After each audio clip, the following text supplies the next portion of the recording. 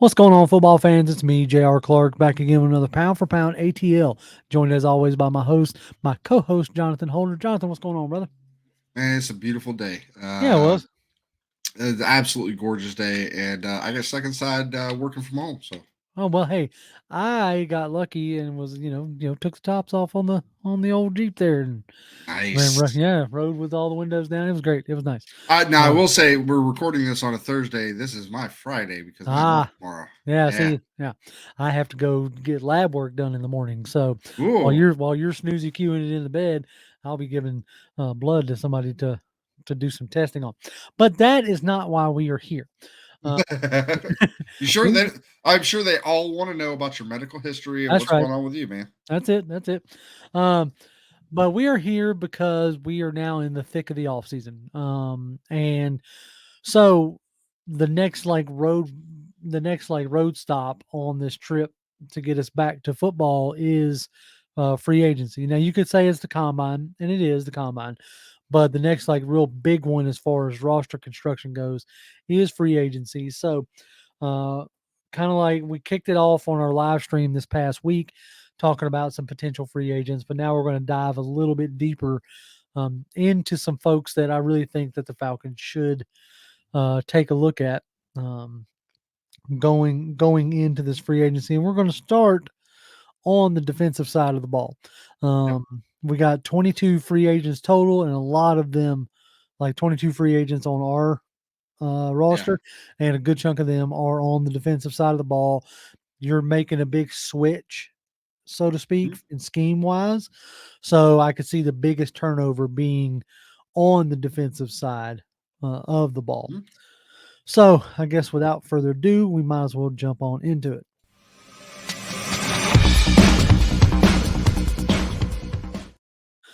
All right.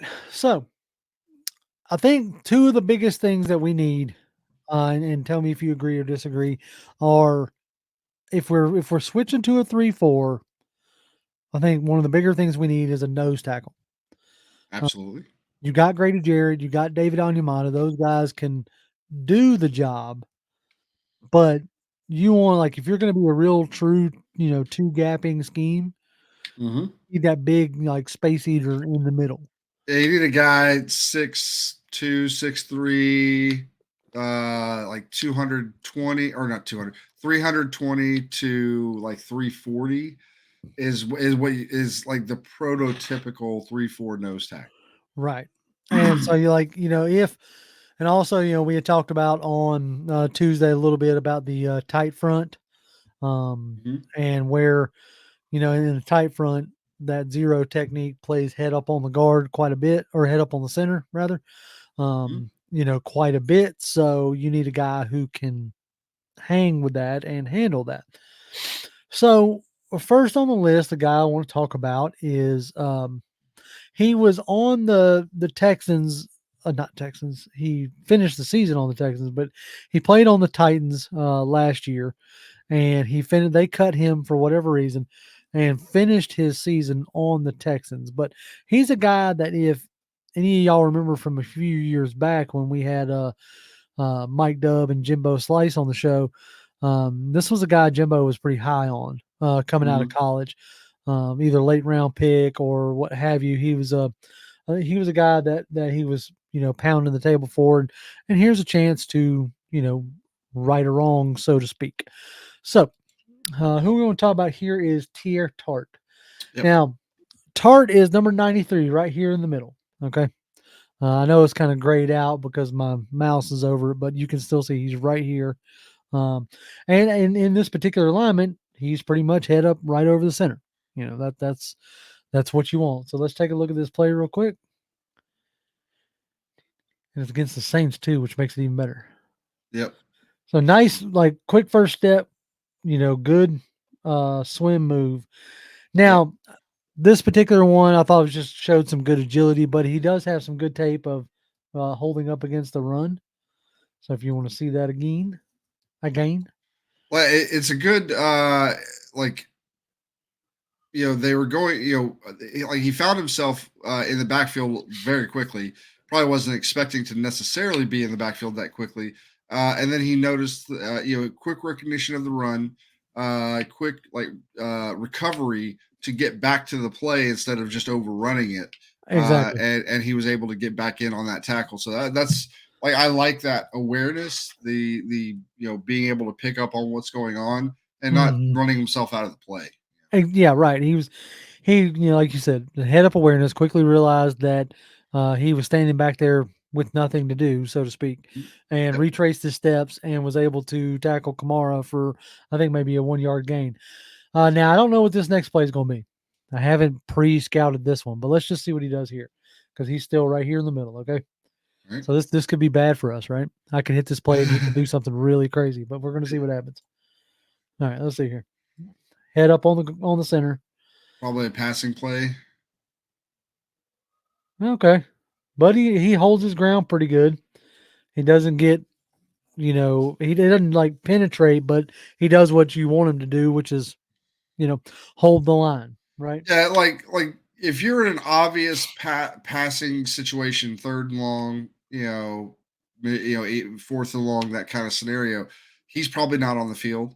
He's not a pass rusher. I mean, Yeah. if we look at his career, since he got in the league in 2020, he's had a total of 2.5 sacks. Right. So Right. so He's we're not. but so you bring this guy in. This is not like we're adding to the pass rush.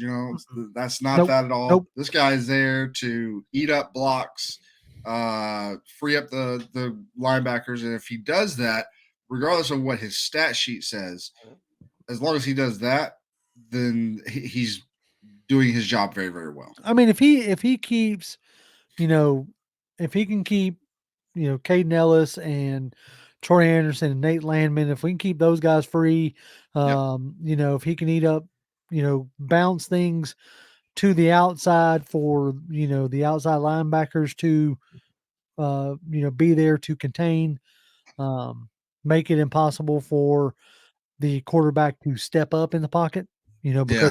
pushing it. That's what you want those guys to do, right? Yep. You And it know, like nose tackles, a good nose tackle who does exactly what he's supposed to do. Looking at stat sheets is really hard to see what they're doing because again, the whole job is like you said, it's either in the run game, it's not necessarily even to make tackles, although they'll probably be in on some, but it's not even to do that. It's to take up space, take up blockers, maintain those blocks. Don't let them get past you, uh-huh. so you can keep Don't those let him linebackers climb to the free. So the second, linebackers can then come and make the tackle, linebacker, safety, whatever, whatever. Yep, and let them come and make the tackle. And then in the passing game, like you said, the main thing that you want them to do is you want to have them be able to push back towards the quarterback to not let them relieve the pressure from the ends by stepping up in the pocket. That's exactly, all. That's all. And you don't, as if he does that, doesn't touch the quarterback, doesn't sniff the quarterback, doesn't do anything other than I'm pushing my guy back like 2-3 yards, staying there so he can't step up in the pocket, and then a sack happens because of it. That sack then happened because he did his job, but it exactly, doesn't show. But it doesn't show up on the stat sheet. yeah, 100%, and that's what you're, that's what you would be asking him to do is Yep. just hold the gaps, and you know penetrate every now and again, but mainly it's more or less hold the gaps. Yeah. So, but we talk about, we're going to kind of bounce back and forth. We got four guys we're going to speak on. So, the next one that we're talking about is um, a familiar face for the coaching staff, right? Yes. But and well, I mean, familiar for the state as well. Played his college ball here, and I'm talking about Leonard Floyd. Yep. Um, Now it's interesting because initially I was, when Leonard Floyd left to go to Buffalo from the Rams, I was like, okay, well, up to him getting to the Rams, he hadn't really made much noise in the league. Um, I don't know. Do you got his stats in front of you? Yeah, he his best year before coming to the Rams was 7 sacks. That was his rookie year. Then the next 3 years it was 4.5, four, and then three. So he kind of probably didn't get his fifth year option picked up. Went to the Rams. immediately had an impact. Did 10.5 sacks, 9.5, and then 9 with the Rams last year. And then this past season with the Bills, he was back up to 10, double digit sacks, 10 and Right. a half. So the second half of his career, first half, he had a good rookie season. Then he kind of fell off. And then he's kind of revitalized his career in this last 4 years. If you got it in front of you, but just because my mind's blanking, who drafted him? The Was Bears. Bears? Okay. Yeah. Yeah. For some reason, my mind kept telling me New York, but I think they drafted Ojolari, I believe, another Georgia pass rusher. But yes, Leonard Floyd was just looking like another standard, rotation guy, right? Yep. He was And he was a jag for a while. exactly, yep. And then he goes to LA, and like I really attributed those years to being like, well, you're on the line with Aaron Donald. I mean, look at what it did for Dante Fowler, and we saw what then transpired with Dante Fowler here. Mm-hmm. So I thought Leonard Floyd was following that same mold, and then he goes to Buffalo and continues that same level of production, really. Yeah. That 9.5, 10 sacks. So let's take a look at good old Leonard Floyd here. So he's number 56 for the so that's right here. Yep. Down here at the He's bottom. yep, he's outside linebacker, which that's what you want, right? That's what we're going to be looking for. Is your outside linebacker type. Now, I suggest if they bring him in, then wouldn't necessarily bring back Bud Dupree, maybe, Yeah. or like because this might uh represent an upgrade in the pass rush sense. So we'll see. All right, let's take a look at this. So standing up, obviously outside linebacker, and oh, dude. So this is just like a cleanup sack, and you're like, oh, why is that a big deal, right? He didn't really beat anybody with a pass rush, but he was able to. Uh, if you could see it from the other angle, I only have the sideline here, but the end zone angle, it really kind of shows the agility of him mirroring Trevor Lawrence and Yeah. not letting him get out. So it still shows that he's got I some. mean, like, if we're just talking about from a Falcons perspective, if we look at this past season, there were like what 3 or 4 games where letting guys like a Trevor Lawrence, because Trevor Lawrence could run. Right. Like a lot of people don't, maybe, I don't know about a lot, but I know some people probably don't, they think of him as like a pocket passer. Yeah, he gets outside the pocket, but they don't think of him as a runner. But if you're not paying attention to him, like, in that way, he's going to kill you with his legs. And we got killed by Romeo, or not Romeo, but Josh Dobbs Right. and Kyler just Murray and Kyler Murray, Justin Justin Fields. Field. Right. Like, we got killed by those guys because we would play really well first, second down, get them in third and long, give up some crazy run because we didn't have guys that could match, that could mirror a guy like that. Hmm. And so having a guy that, yeah, he doesn't, you're not going to always win as a pass rusher. That's the nature of the NFL. So yeah, he got stopped here, but he kept his eyes in the backfield. He kept an eye on the quarterback, kept, He kept mirrored him, like pushing you towards said, it. Yeah. and eventually like found himself a sack in a Yep. situation where some other pass rushers I have seen that not just play for the Falcons, but in other games, when they lose their pass rush initially, it's kind of like they don't they'll try to get past them and still, but it's like they're almost they get taken out of the play as soon as their pass rush doesn't work. And Right. seeing him continue to work after his pass rush was defeated, then and then it still ended up with a sack. That's what I like to see. Right. Right. So that was my one scripted play. So I think I'll make this a trend. We'll do the next play and see if it's a play worth talking about or if a guy falls on his face. So he's down here at the bottom again, All right? right. Hand in the dirt, full on, and let's see what he does. All right.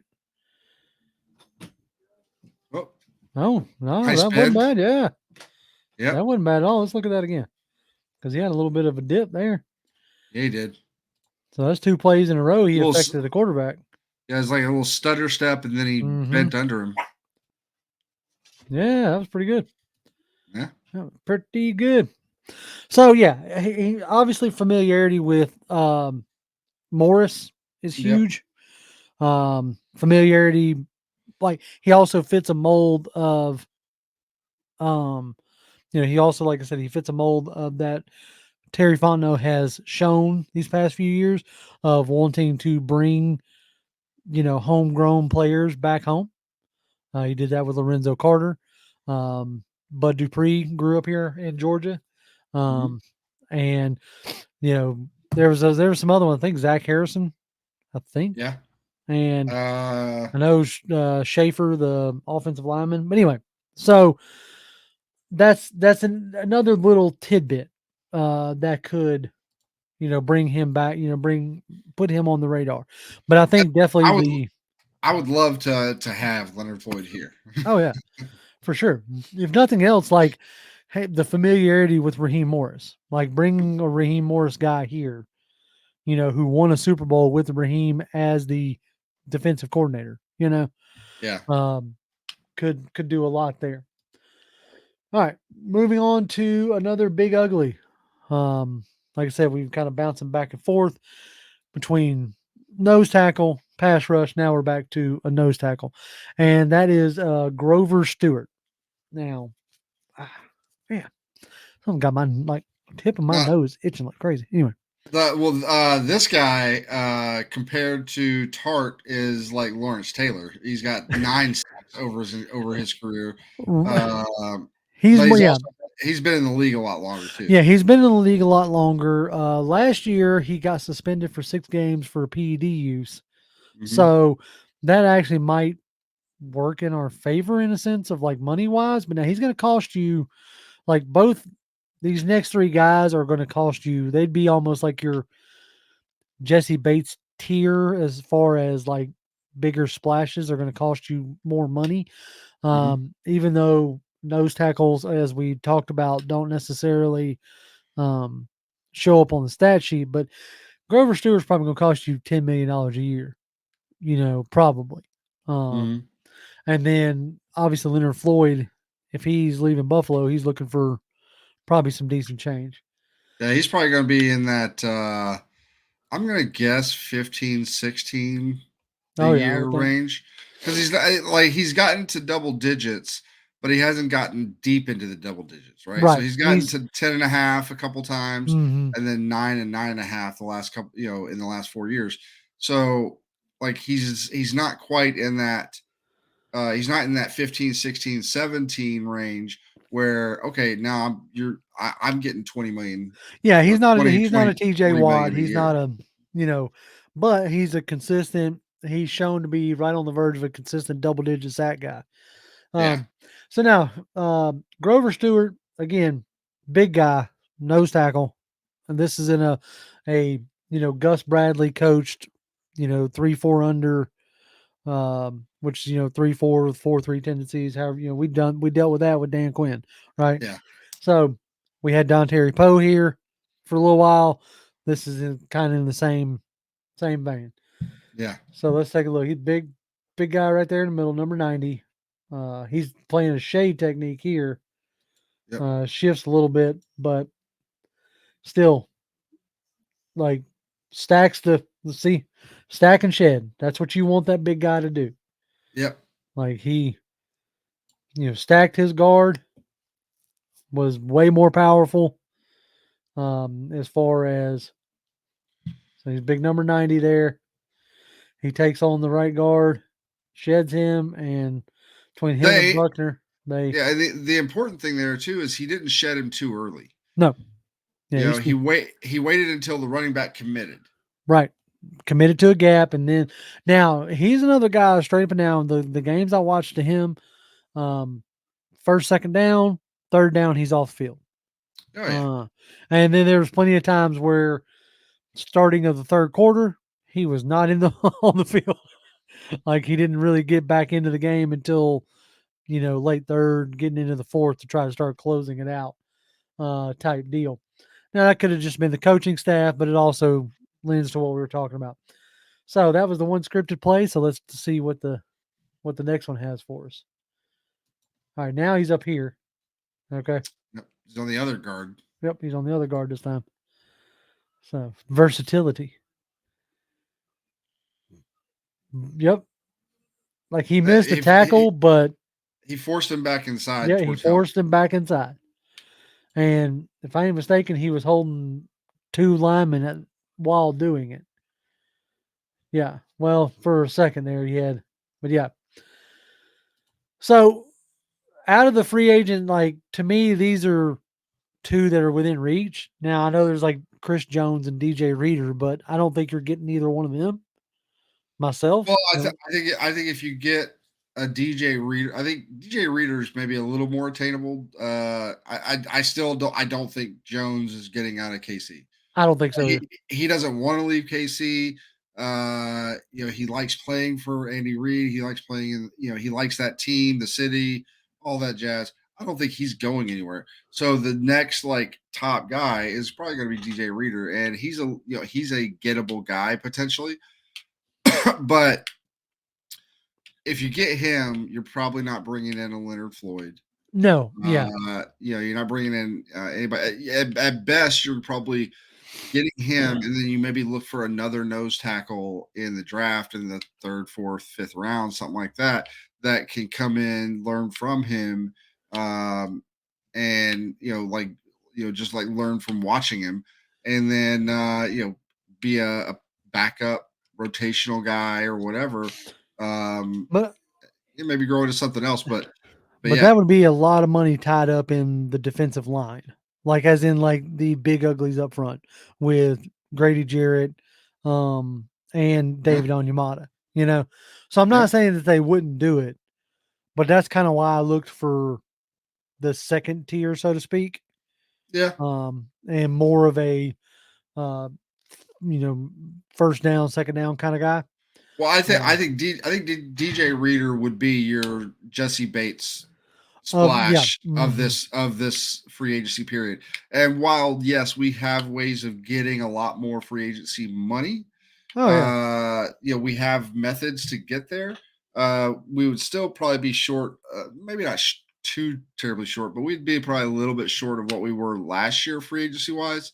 So, if you make that kind of splash pickup again this year like that, um, especially at a position like that, that's going to cost you a pretty penny. Then yeah, it's going to be that's going to be a big chunk of your free agency. Oh yeah. Yeah. That is definitely gonna be a big chunk.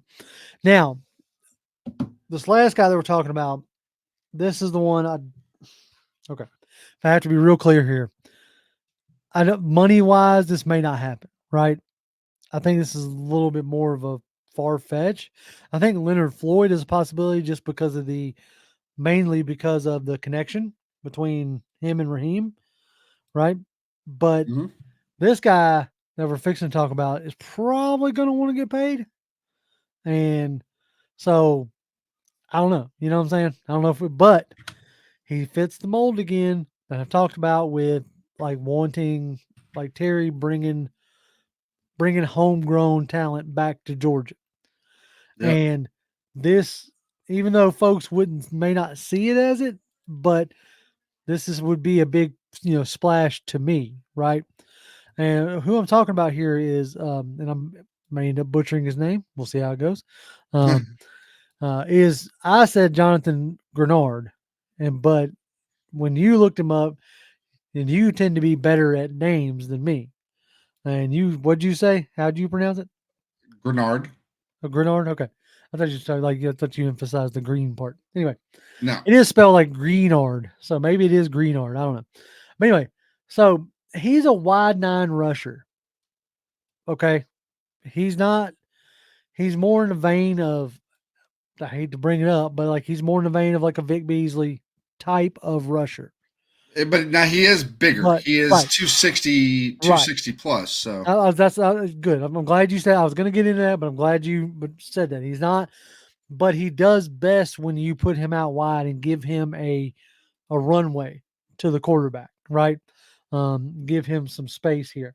So this is him working against the Titans. So let's check this out.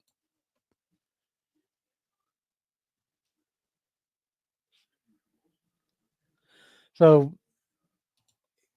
his length caused that fumble. Okay. Yeah. So let's check it out one more time. Um, so You said he's 52 down at the bottom, right? yep, number 52 down here at the bottom. So starts out wide, bats the hands down, gets around it, and is able to cause the sack, or not sack, but the fumble rather. Yep. So let's see. I don't think they get the ball back. So let's see what he does next. Because it goes out of bounds, it looks like. Right, it does. So now it's 3rd and 28. So again, down here at the bottom. This time he's a little closer to the formation, Yep. but he's down here at the bottom. So let's check him out. See what he does. Okay. I mean, he don't get washed out. Yeah. So that's now he has had like some injury history. Mm-hmm. So if if Houston doesn't want to pick him up, we might get like a 1 year prove it deal kind of thing. Prove that he can stay healthy. Yeah. Type deal for decent chunk of money for a year. So, but he's a guy eh, who I really like to see Terry bring back home because I think he could definitely add that spark to the pass rush room. Yeah. Like looking at him, um, his first 3 years, first year only 1 sack, second year 8 sacks. Last year, looks like 1.5, but he only played 8 games, so I'm assuming an injury of some Yeah, he kind. got he had like some ankle injury last year, if I'm not mistaken. I got you. He did have an interception last year Hey, for a touchdown. Uh, and so I'm assuming it was on the touchdown. But anyway, but then he came back last year and had his best season of his short career so far with 12.5 sacks. So this guy, Spotrac is showing him with a market value of around 13.4 million. mm-hmm. So like I don't think a guy like this who seemingly is on the ascent. Yes, he had the injury a couple of years ago, but what doesn't if you're telling me depending on what it was, but if you're telling me that he was that it was an ankle, whether it was a high ankle sprain or Let's see. or even a broken ankle, whatever it was. In that scenario, as long as if it wasn't like an ACL or anything like that, then I don't think it's that big a deal. The probably the bigger deal, and maybe it's not to the Falcons, but he's a Drew Rosenhaus guy. Mm. Drew, So Drew gets that money. yeah, he does. Drew, So the fact that I even know an agent's name. yeah, he's one of like the mega agents. Yeah, he is. But no, like I think you give a guy who has had 4 years in the league. I don't think and he's it's not like he floundered, like came out hot and then kind of fell off, which you see that sometimes. But Right, the guy that came in kind of soft with like 1 sack in his rookie year, but then had 8 his second year, probably was looking to be better the third year. Got injured, then comes out his fourth year and has 12.5 sacks this year. So when you see that kind of ascension, that's not a guy that you do like a prove it deal. I don't think. I think that's a guy right. that he's young. You Yeah, probably he's get him only for at 26. least, yeah, it's probably a minimum 4 year contract, maybe even 5 year. But he's probably going to get a 4 year at about 13, 14, 15. He's probably going to be in that Leonard Floyd range, like 13, Hmm. 14, 15, somewhere in that neighborhood Now, per year. if like it'd be interesting if like you bring the Leonard Floyd back up, is if Raheem sees him as a Leonard Floyd, as somebody that A younger Leonard Floyd. that's what I was going to say, a younger version of a Leonard Floyd, somebody that Mhm. you could get a full 4 year contract and then potentially sign him again, kind of deal. Because he would just be, turning 30 at the end of a 3 or 4 year contract, and you could potentially sign him up again for another 3 years or so. Yeah.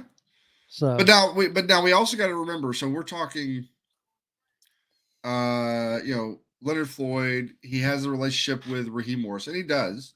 right, But Raheem's not going to be his DC. His DC is going to no, be Jimmy Lake. correct, So at the end of the day, if Jimmy Lake looks at him and is like, that he doesn't fit what I want to do, then no matter what his, what I would hope Raheem would be like is like, if the guy can give me good reasons why he doesn't fit with what we want to do, then I think that pretty much excludes him. Now, I'm not saying that you can't use a Leonard Floyd or oh yeah, even yeah, Jonathan Greenard.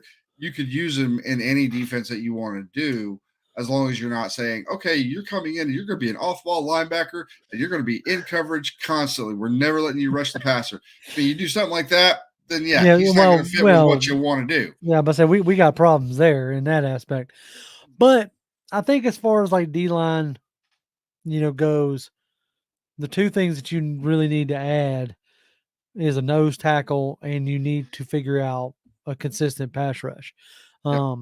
And whether it's a Lorenzo Carter and Bud Dupree, or whether it's you're going to unleash, Arnold Ebiketie and D'Angelo Malone, but adding somebody like a Jonathan Grenard or a Leonard Floyd to the edges, I think would be beneficial. And then Yep. adding a Grover Stewart or a Tier Tart to the middle of the line, to that defensive line rotation would also be very beneficial. And I think it's something that you're going, and obviously you can get these same guys or same types in the draft, but we're just looking at free agents today. And these are some of the names that popped out to us. So, like, what I would say would be a good way to go about this is you pick up. I would be fine with either Grover Stewart or Tart, right? Tier Tart. I'd be good with either one of those guys. Although I would prefer probably Grover in this scenario. In this scenario, but get him, pay him his 10 million, 12 million, whatever he whatever he wants a year. It's not going to be something super crazy. So pay him, get either Grenard or Floyd. Although I would probably, if they're both wanting the same amount of money, I'm probably going to go with Grenard. Oh yeah, yeah, just Um, because he's younger, yeah, and yeah, absolutely. So I'm with you so there. so go with Grenard, and say Stewart. That's a decent like little haul for the defensive line. It gives you a guy on the edge. It gives you a guy in the middle that you don't have right now. And then in the draft, you go and you find you another edge guy and another nose tackle guy. And so you double up on that from Oh free yeah, agency and draft, and then I think you're fine as far as bodies go. right. Whatever talent they have, we'll see. But from just having bodies is, hmm I think you'll be good there. Yep, and as we get closer to the draft, we'll look at some of the guys who fit that mold, in the draft. But like I said before, we were mainly looking at some like defensive line today. I think next week we'll take a look at some potential secondary help as far as um, the defense Well, goes. yeah, we may want to take a look because we hit the lineup, and so yeah, we're hitting some outside linebacker types, You're talking about. but inside linebackers, like because then now, granted, with Nate Landman the way he played last year, getting him back, we assume so he comes back. Troy Anderson comes back and is healthy. Caden Obviously, Ellis. Ellis is coming back, so like that's not a bad trio. Probably want to get at least one more. Right, and that's why I Um, was honestly, that's kind of why I felt like, linebacker wise, not that we were good, but I mean, we could look at some, free agent linebackers, but I felt like with the pair, the three headed monster that we have there when with Troy Anderson coming back, I think I actually feel much better than I did last year about the linebacking core, yeah, yeah, especially mainly because of Landman, you know. yep. Um, so, but yeah, that's something we can look at, maybe a linebacker or two, and then look at the secondary next week. So, well, folks, we appreciate y'all taking the time to chat with us about, or listen to us chat about some free agents. Y'all didn't really chat with us this time.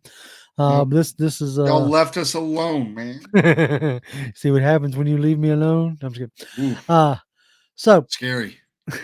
as always, y'all can catch me on Twitter. I'm at Grim1128. Jonathan, At Jonathan M. Holder. Come by, say hi. we'll be back live again next Tuesday, or this coming Tuesday, to talk more about some Falcons and hopefully have a guest on. You never know who I might be able to drag onto the show with us. It'll be a surprise. Yeah, even to me, because I don't even know right now. Haven't even Exactly. reached out to It's anybody. it's the best kind. But either way, like I said, we appreciate y'all and keep your eye on the channel. And as always, Falcons fans, rise up. Rise up.